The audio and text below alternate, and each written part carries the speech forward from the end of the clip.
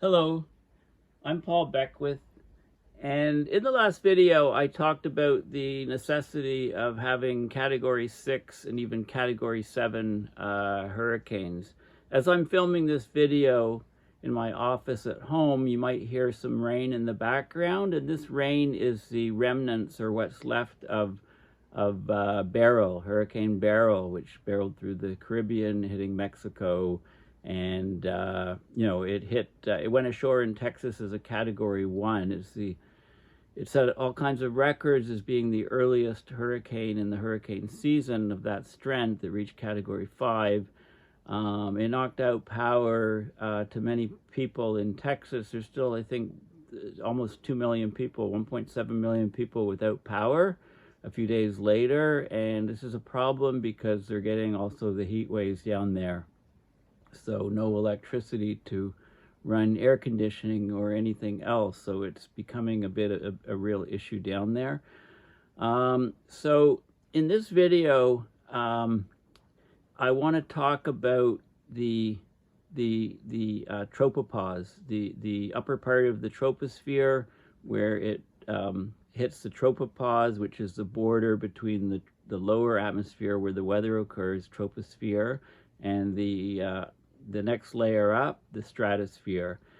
Because there's a lot of physics happening up there, and the temperatures, the cold point, if you like, the temperatures where the tropopause is are very important in the strength of these hurricanes that we're seeing. So let me follow up on the last video and explain, why the physics of the tropopause are important. I talked about this diagram from Michael Mann's commentary in PNAS.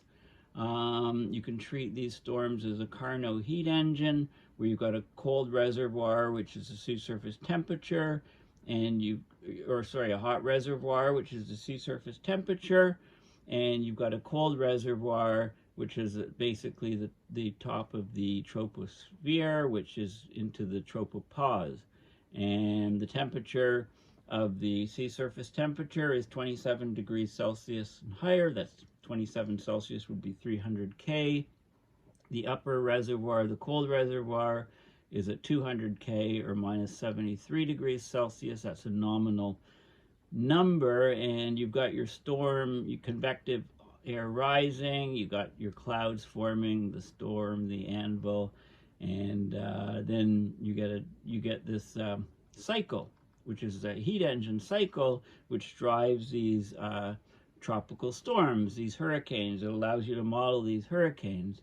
The key thing is that the theoretical maximum surface wind V, or it's termed the potential intensity, it depends on the temperature difference, T surface minus T0, which is the upper upper temperature between the surface and tropopause.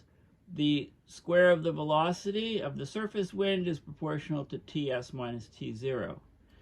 Now, power of the hurricane varies as V to the cube power, so that you can plug in V being the square root of Ts minus T0 or Ts minus T0 to the power 1/2. So you get the power dissipation goes as Ts minus T0 to the 3/2. So these storms are getting stronger. The wind velocities are getting larger, and the energy is increasing proportionately. And it depends on the temperature difference in this Carnot heat engine model, Ts minus T0. So anything that makes that temperature difference larger is going to have a significant effect on the strength, the increase of strength of these storms. Now, we know that the ocean temperature has been increasing. In fact, it's increased about 1 degree Celsius in the last century, and we're getting very, very warm sea surface temperatures in regions, especially in the Caribbean, and we're getting a huge increase in the strength of these storms, more and more Category 6s, although we don't call them that, and we're approaching Category 7s. But what about the temperature, the T0 temperature? Has this temperature changed over time with climate change? And to make a long story short, I'll just cut to the chase here and go to this paper, which is where?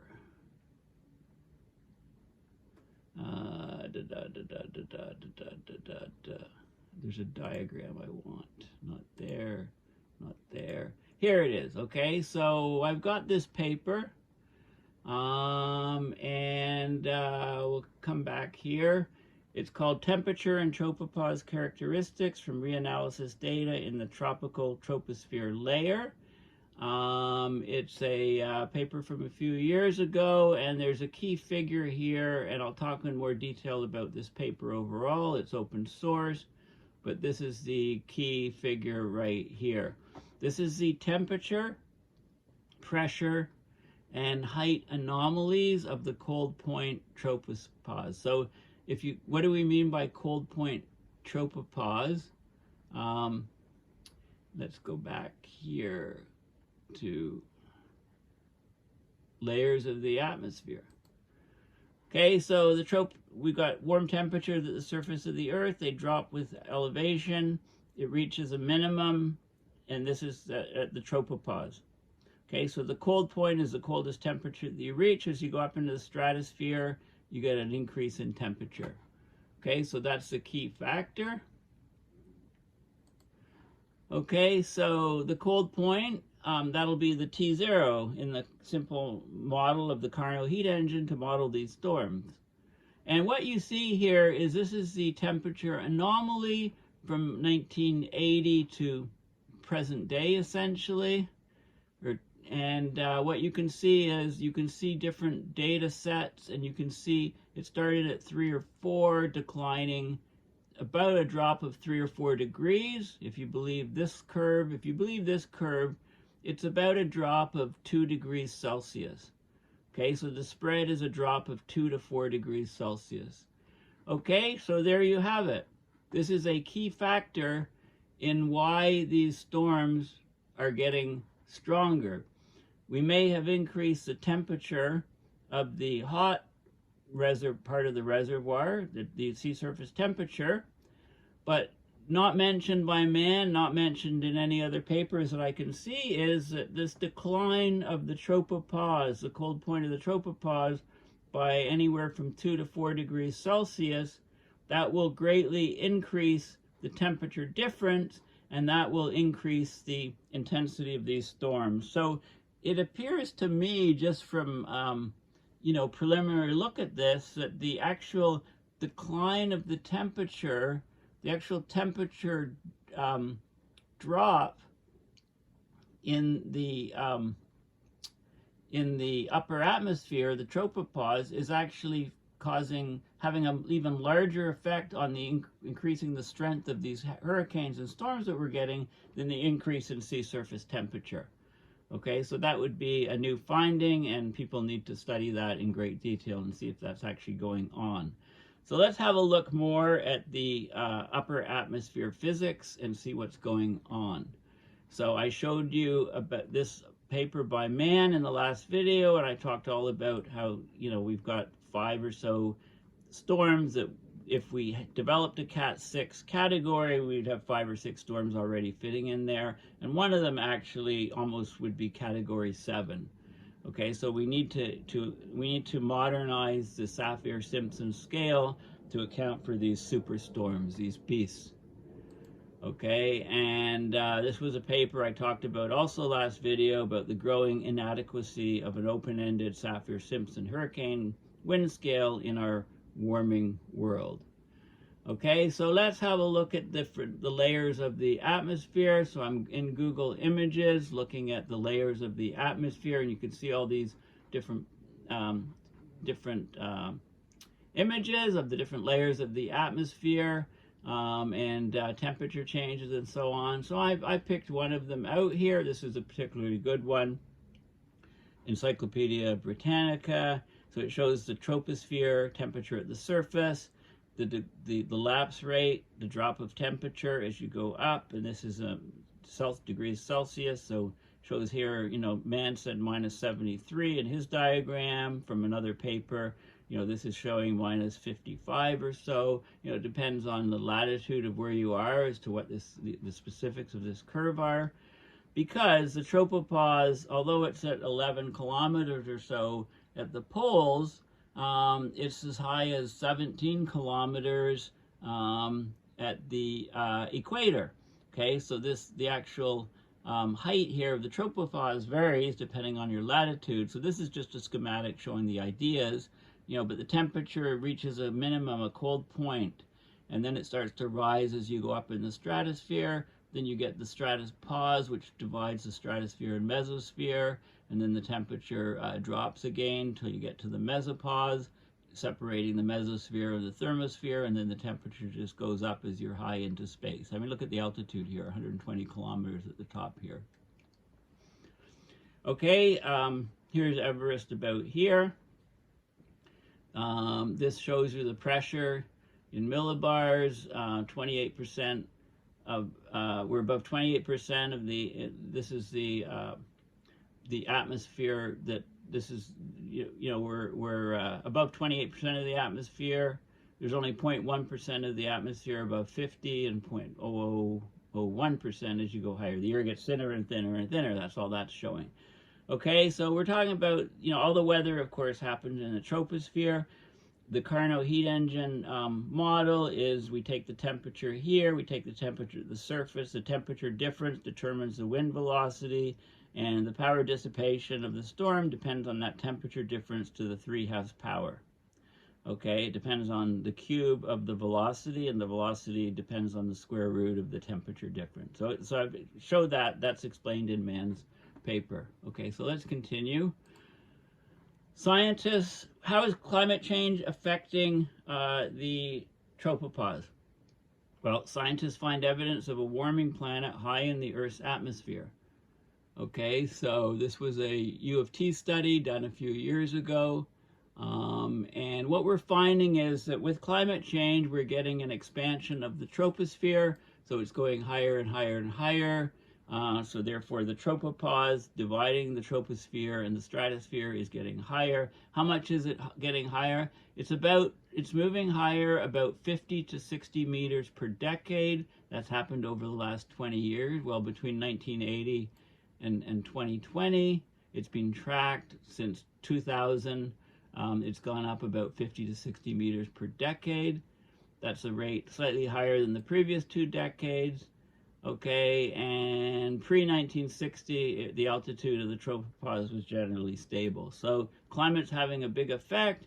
The tropopause essentially is rising about 5 to 6 meters per year, 50 to 60 meters per decade.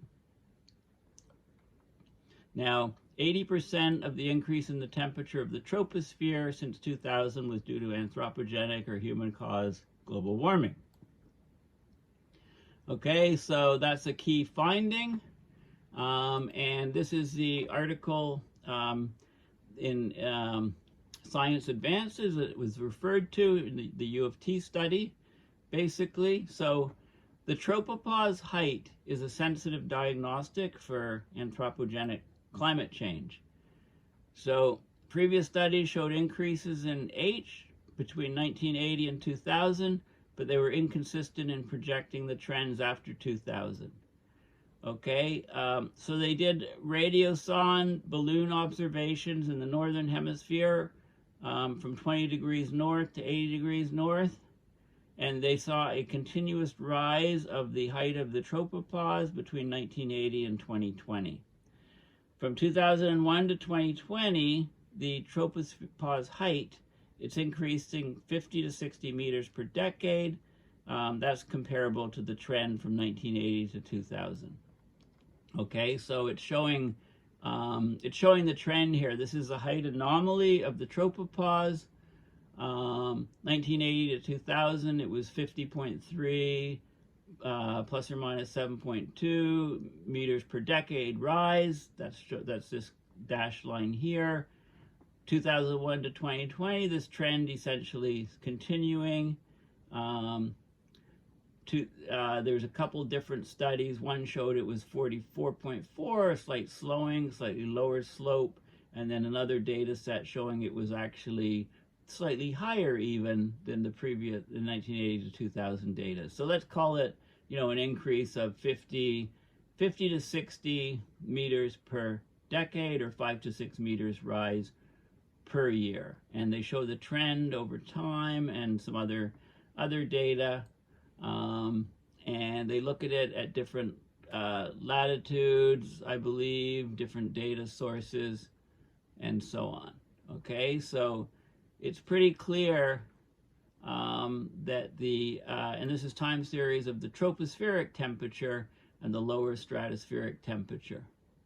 Okay, so this is the troposphere temperature increasing, 2001 to 2020, 0.31 degree Kelvin or degrees Celsius per decade. Okay, we can, and Hansen, of course, looks at those numbers very clearly, and I've talked about those a lot in his video.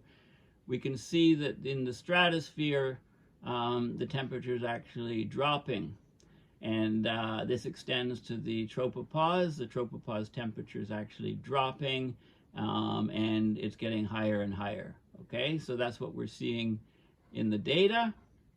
Okay, so it's no wonder that these hurricanes, these tropical storms, are getting much, much stronger. It's not just the rise in sea surface temperature, but it's a decrease in the tropopause temperature and the rise of the tropopause height that is contributing to increased intensities of tropical storms. So we need a higher, we need category 6, category 7 in the Saffir-Simpson scale. Now, there's some other papers and stuff that I looked at. I tried to, here's an older paper, Temperature, Humidity, and Wind at the Global Tropopause, to try to see what was going on.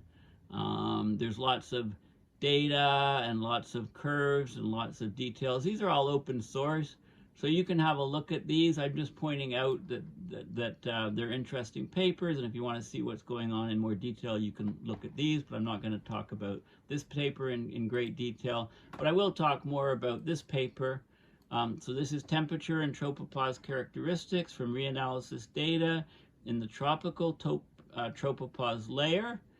And what it's doing is, so it's looking at all kinds of different data sets, and in the reanalysis and looking at the tropical tropopause layer, it's a transition region between the well-mixed convective troposphere, where all the weather occurs, and the radiatively controlled stratosphere with air masses showing chemical and dynamical properties of both regions.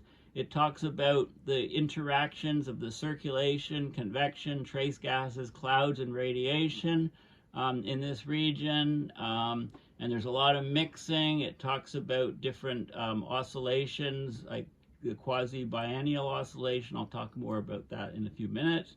And different Kelvin waves and so on. So more and more on the physics of what's happening in this tropical tropopause layer. Lots of good data, lots of good figures, but again, this is like the cold point tropopause, how it's changed, the pressure at it. So it's actually the pressure slightly higher, about -10 and +20 degrees latitude, not right at the equator. The altitude, how it varies, how it peaks, not at the actual equator, but at -20 and +20, the altitude layer, pushing 17 kilometers. Of course, it drops to about 7 kilometers. The average is about 11 kilometers. It drops to about 7 kilometers, actually. I think I may have misspoke before. About 7 kilometers at the poles, the Arctic and Antarctic, and how the temperature changes. So it reaches, the minimum temperature is actually right at the equator, because that's about the highest point, or close to the equator anyway. Okay, so there's lots of data in this paper, but again, some of the key things I think is this, in terms of the power of the lapse rate in the troposphere, but in terms of the temperature of this cold point in the tropopause, this is the figure that's important. And these are all of the different data sets. And like I said, it looks like the temperature, it looks like, the temperature of the cold point in the tropopause has decreased anywhere probably close to 2 degrees since 1980 or so. If you believe this data set, more like 4 degrees. So this is, so it's actually dropped significantly more than the ocean surface temperature has risen, and it's a temperature difference according to the Carnot heat engine model, according to Mann's paper. So that would be a even bigger reason for the increase in the storms, why we need a category 6 and category 7, because this cold point is actually dropping. It's dropping more than the sea surface temperature is rising, and it's the difference between those two that's important. Okay, so this is a key figure, and I went and looked at temperature of tropopause under Google Scholar since 2023. Got some other papers. Here's a paper on interannual variability of the zonal mean temperature, the water vapor and clouds, because you know, a lot of the cirrus clouds are forming up at that high level, and cirrus clouds trap infrared radiation. So one of the methods for cooling the planet would be cirrus cloud thinning. Okay, would be a very important idea to cool the planet. Okay, now this paper talks about, and actually I did a session with Meta Spencer on this very topic, cirrus cloud thinning. So I'll, you know, if you just Google Save the World Project, Meta Spencer, that's M-E-T-T-A, Spencer, S-P-E-N-C-E-R, had an hour session talking about cirrus cloud thinning. And it made me think more about the tropopause temperatures. Okay, so this paper talks a lot about the tropopause region, and you know, how you know, the effects of different clouds and the effects on, you know, what's changing this cold point temperature, the temperature of the tropopause, which is very important, as I'm saying, for the strength of tropical storms, if you believe the Carnot heat engine model for these storms, and how much water vapor is in the atmosphere, how much interaction there is between the troposphere and stratosphere, like the amount of water vapor going into the stratosphere, for example, is largely regulated by the coldest temperatures that air experiences in the tropical the tropical tropospheric tropopause layer, TTL. Okay, and yeah, so there's lots of physics there, and they also talk about these different phenomena called the QBO, the BDC, T500, MJO, and I'll just have a look at what some of those things are, because, you know, this paper is more on the physics of the clouds. I may do a separate video on this, because, you know, those are very important, but I just want to mention some things. So the QBO is a quasi-biennial oscillation. It's a quasi-periodic oscillation of the equatorial zonal, that's east to west or west to east winds. We get a switch between easterly winds and westerly winds in the tropical stratosphere. The mean period is 24 to 29 months, so that's why it's quasi-biennial. It's not once every 2 years, it's once every 28 to 29 months. And the wind actually alternates. The alternating wind regimes, it develops at the top of the lower stratosphere, and then it propagates downward about 1 kilometer per month until it's dissipated in the tropopause, and then the winds switch direction. Okay, so this is an interesting phenomena, and it was first seen after the eruption of Krakatoa. It put all this ash up into the stratosphere, and you could physically see the ash direction, the way the winds were carrying it switched. After Krakatoa, we were near this QBO switch, and we could see the winds going one way at first, at a certain, you know, up in the stratosphere, and then the winds switched direction. Okay, we tracked easterly winds between 25 and 30 kilometers above the surface. They were called the Krakatoa easterlies. And then data balloons launched, recorded westerly winds. So the winds were going the opposite direction. And then they studied this and found that the switching is occurring. And this affects mixing in the stratosphere. So this is the wind direction, meters per second, over time, and how it actually switches.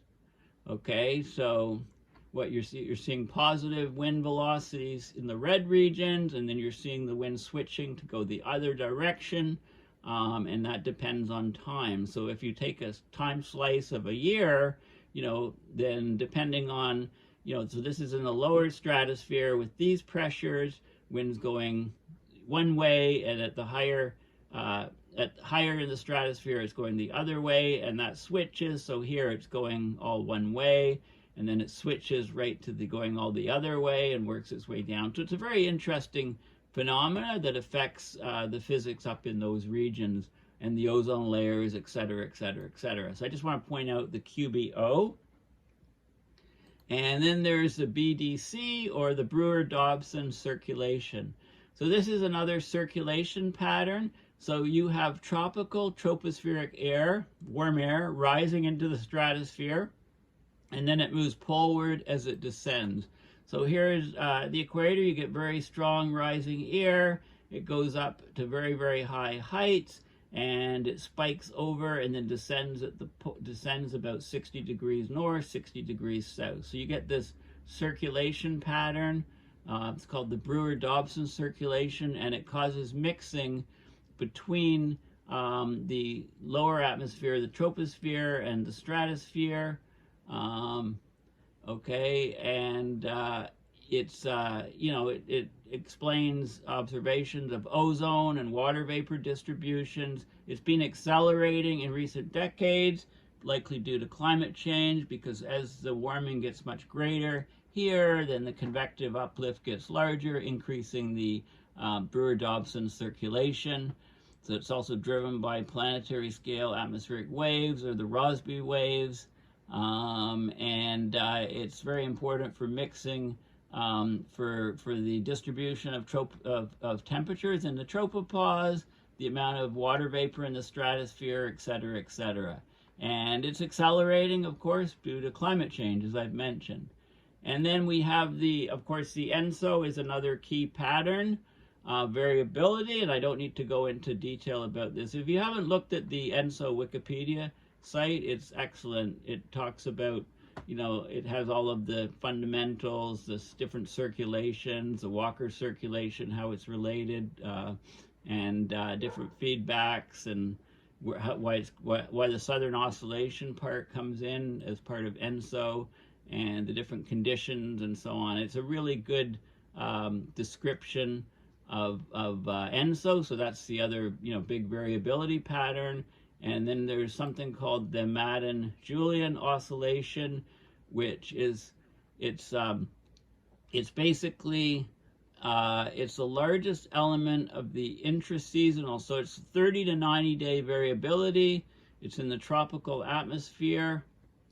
It's a large scale coupling between the atmospheric circulation and the tropical deep atmospheric convection. So it's a traveling pattern. It propagates eastward through the atmosphere above the warm parts of the Indian Pacific Oceans, and it manifests itself as anomalous rainfall. It's very important in affecting the tropical rainfall over the Indian Pacific Oceans, the monsoons, jet stream patterns, etc., etc. Okay, so it's a very important phenomena, and it's also being affected strongly by climate change and by increased sea surface temperatures. And there's links to the ENSO. There's links to the amount of precipitation in we get in North America. It's also connected to the Pineapple Express, which is basically the atmospheric river patterns that occur. So the Pineapple Express is the heavily moisture-laden winds which can inundate the west coast of the U.S. and originate somewhere near Hawaii. So we get these patterns occurring before the Pineapple Express. We get the jet stream this way initially, 7 to 10 days before. It's circulating over a high. There's a strong blocking high, strong polar jet. Then 3 to 5 days before the atmospheric river, it splits into two. There's a moisture plume here, which is then starting to be carried upwards.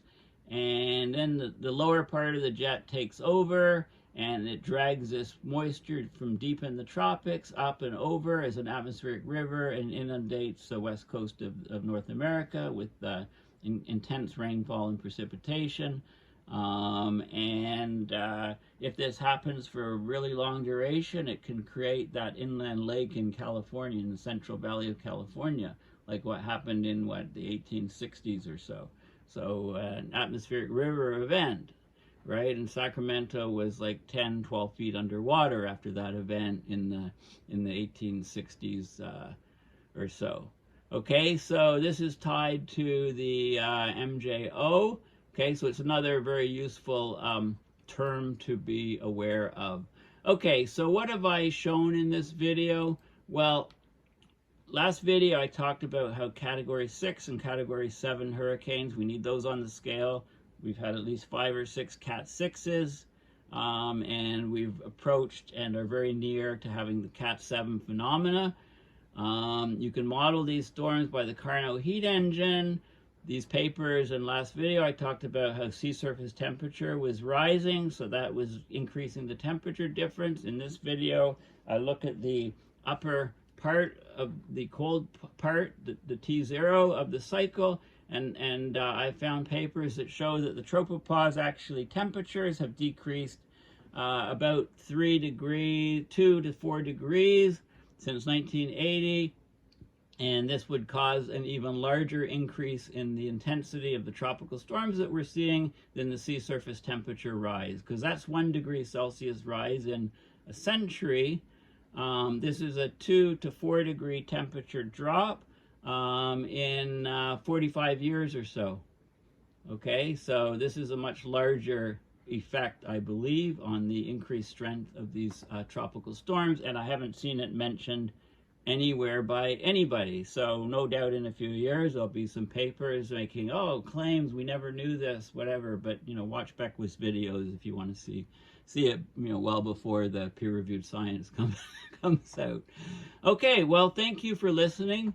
Please consider going to my website, paulbeckwith.net, and donating to PayPal to support my research and ongoing videos.